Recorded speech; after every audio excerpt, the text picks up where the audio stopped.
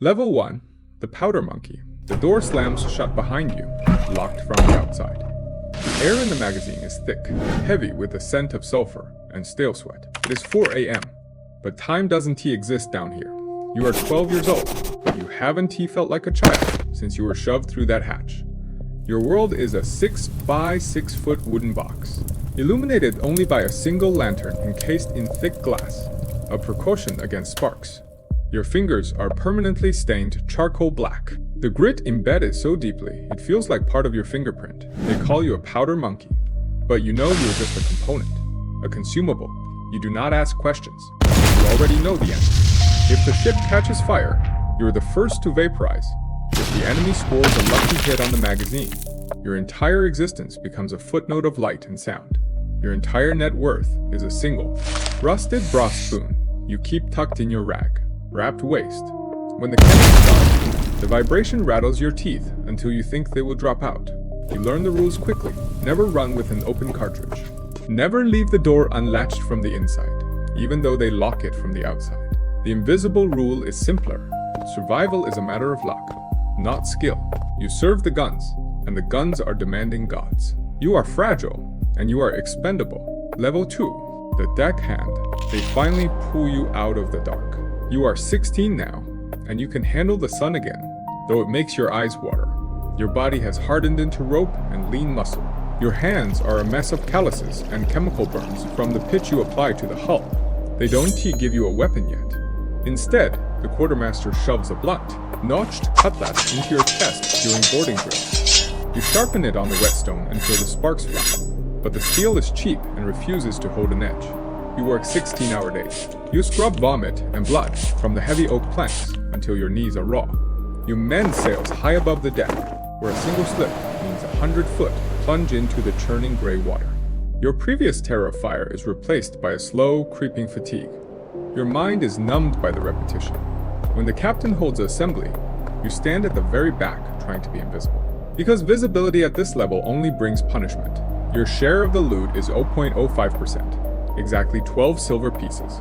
It is enough for a single night of drinking at the next port, which is gone the moment you wake up. You do it anyway. You justify the filth and the danger because you tell yourself, the only alternative is the gallows in London. You are beginning to lose your identity, defined only by the task you are currently performing. You are the system S-Force. You have no authority, but you carry the weight of those who do. Level 3, the border. The transition happens on a rainy Tuesday. The French merchant ship fights back, and the primary boarding officer takes a musket ball to the throat. You are the first one up the side, notched cutlass in hand. Instinct, honed by 3 years of deck labor, takes over. You don't think, you react. When the smoke clears, you are standing over the body of a French officer, his silver pocket watch dripping in your hand. The system notices you. You are no longer just maintenance, you are the muscle. They take away your notched blade and issue you a personalized matchlock, pistol, and a boarding axe. The pistol is clunky, but it is yours. It represents the authority to deal damage. Your share increases to 0.5%. For the first time, you have real money 100 Spanish doubloons sitting in a locked chest, and you V-marked it with a small notch only you recognize. Your status changes, but so does your sleep.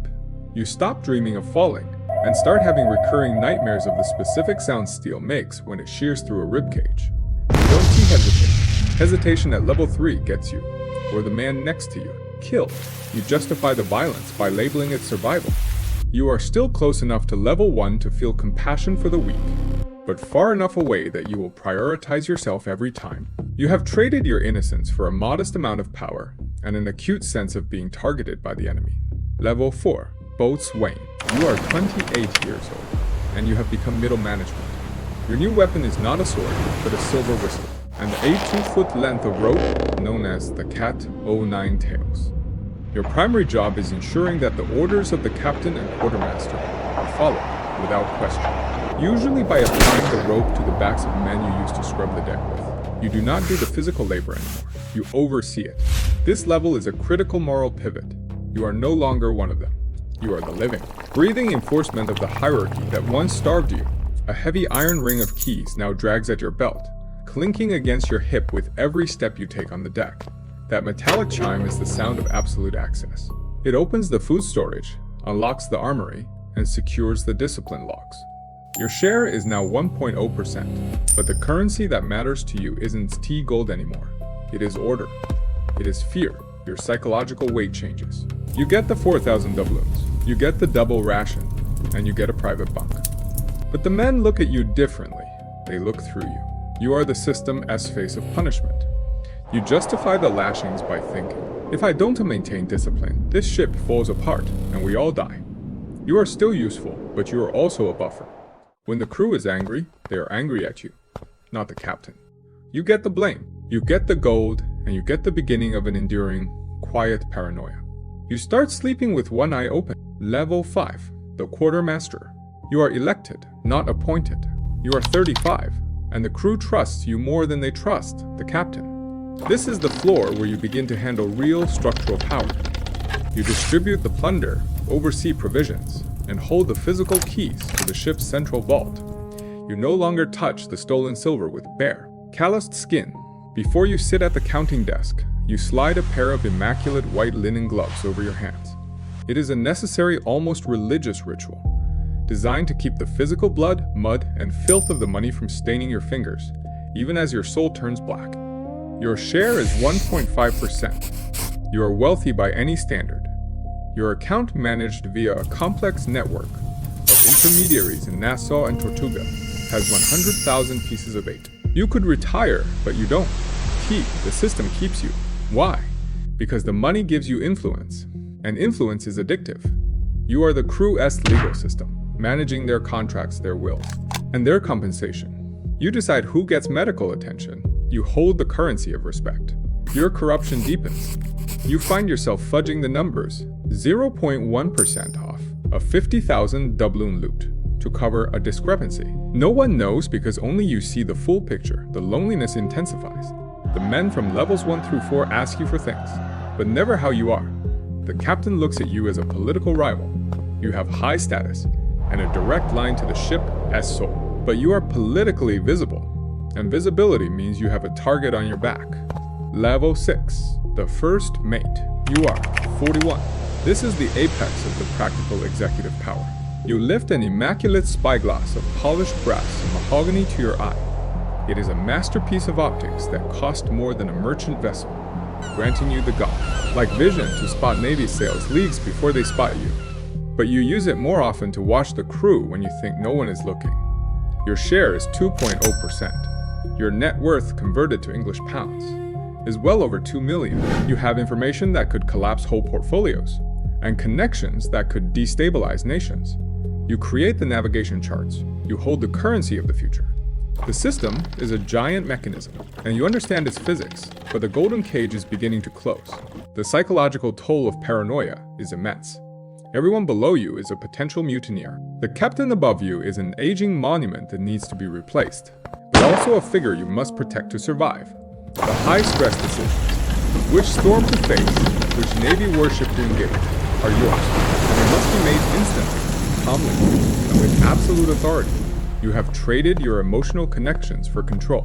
You don't have friends, you have strategic alliances, and you know they are temporary. The only way you can maintain sanity is to remain emotionally numb. Level 7, the captain.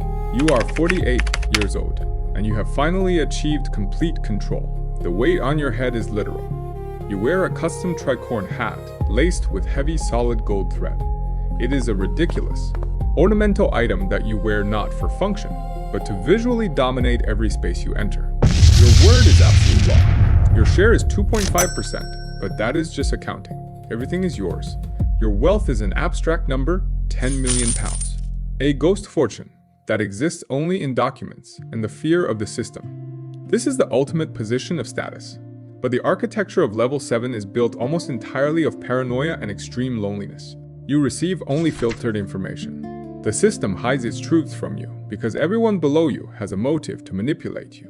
The 4,000 men under your fleet are just pieces on a board. You handle the currency of final life or death authority. Your actions are few. Your days are mostly spent reading reports, reviewing the charts your level 6 creates, and managing the political ecosystem with level 5 and level 4 enforcers. Your corruption is not about money anymore. It is about maintaining the illusion of absolute power while knowing it is fragile. You prioritize the system as survival above everything, especially your own human conscience. You make the strategic sacrifice. A crew that fails, you execute them to maintain order. Resisting, you erase it. You are powerful, but you are a golden prisoner of the entity you created. Your greatest fear is not death, but the moment the system realizes it can continue without you. Level 8, the condemned the prisoner. You are 55 years old. The polished oak floorboards you stood upon were never solid. Trapdoor, and the lever has finally been pulled. The inevitable end has arrived, not with cannon fire and glory, but with quiet, calculated bureaucracy. The gold-laced hat is gone.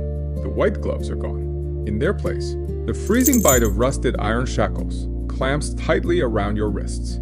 The coarse metal grinding into the thin, aging skin of a broken man. They smell of stale ocean water, iron oxide, and absolute defeat. The mutiny was bloodless. The Quartermaster level 5 simply produced a masterfully forged set of discipline logs. That proved you were stealing from the crew's vault. The first mate level 6 did not draw his sword. He simply turned the wheel away and did not intervene when the Royal Navy blockade cornered your flagship and fought. Your own strategic ruthlessness, your cold optimization. The system has absorbed your logic and used it to optimize you out of the equation. The 10 million pounds have been seized by your successors. Your name is being physically scratched out of the logbooks.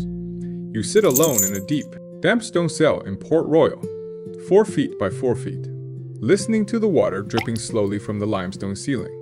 The only authority you have left in the world is counting exactly how many times that water drips. Per minute, it is exactly 24. Your loneliness is final. Your only justification to the dark walls is I taught them too well. You traded your youth, your hands, and your soul for this cold, dripping silence. You do not wait for the sun to rise. You wait for the executioner, S-rope at dawn. You see with perfect clarity, now that the peak of the pyramid was never a throne room. It was always a sacrificial altar. A door slams shut on a different ship. A new powder monkey, 12 years old, stares at a single encased lantern. He is already terrified. He doesn't know what is coming, but you do.